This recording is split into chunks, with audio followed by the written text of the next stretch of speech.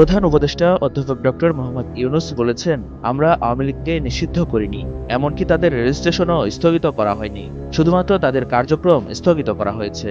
জাতিসংঘ সাধারণ পরিষদের অধিবেশনের ফাঁকে জিটিওকে দেওয়া এক সাক্ষাৎকারে সাংবাদিক মেহেদী হাসানের প্রশ্নের জবাবে তিনি এসব কথা বলেন।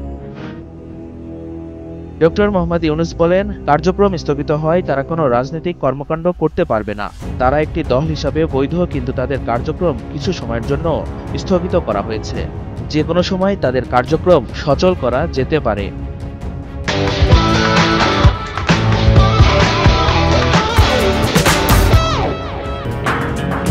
এক প্রশ্নের জবাবে ডক্টর মোহাম্মদ ইউনূস বলেন, আওয়ামী লীগের নির্বাচনে অংশ নেওয়ার বিষয়ে নির্বাচন কমিশন ব্যাখ্যা দিতে পারবে। প্রধান উপদেষ্টা আরও বলেন, আওয়ামী লীগের লাখ লাখ সমর্থক আছে এটা আমি মানি না, তবে তাদের সমর্থক আছে। তাদের সমর্থকেরা সাধারণ ভোটারের মতোই ভোট প্রদান করতে পারবে, তবে সেখানে শুধু আওয়ামী লীগের প্রতীক থাকবে না। তিনি আরও বলেন, আওয়ামী লীগ নিজেদের রাজনৈতিক দল বললেও তারা রাজনৈতিক দলের মতো নিজেদের তুলে ধরতে পারেনি। তারা মানুষ হত্যা করেছে, এমনকি তারা যা করেছে তার কোনো দায় পর্যন্ত তারা নেয়নি। শুধু তাই নয়, তাদের এই কর্মকাণ্ডের জন্য তারা সব সময় অন্যকে দোষারোপ করেছে।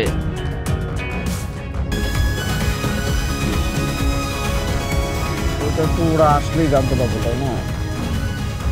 শোনো, টাকা তো চাইছে, 10,000 টাকার শর্ট আছে, বুঝছো? ধন্যবাদ। কত টাকার শর্ট পড়ছে সেটা বল। 10,000 টাকাই শর্ট আছে। আচ্ছা, সেটা মাথা ছুঁয়ে বলো। মাথা কি হবে? কি হলো? চুপ করে আসছো কেন? ভণ্ডামি, টাউটামি, জায়গা পাও না তুমি? তুমি কি জীবনে ভালো হবে না?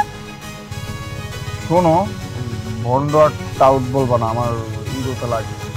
তুমি ওইটাই। ঠিক আছে, ভণ্ডামি টাউটামি মানুষ করে, কিন্তু গার্লফ্রেন্ডের সাথেও কোনো কথা?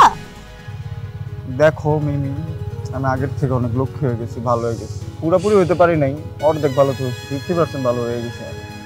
আগে যদি হইতো আমি তোমার থেকে 20,000 টাকা চাইতাম। এই চুপ। তাও না, ঠিকভাবে বলো, কত টাকা শর্ট পড়ছে? 5,000 টাকা লাগবে।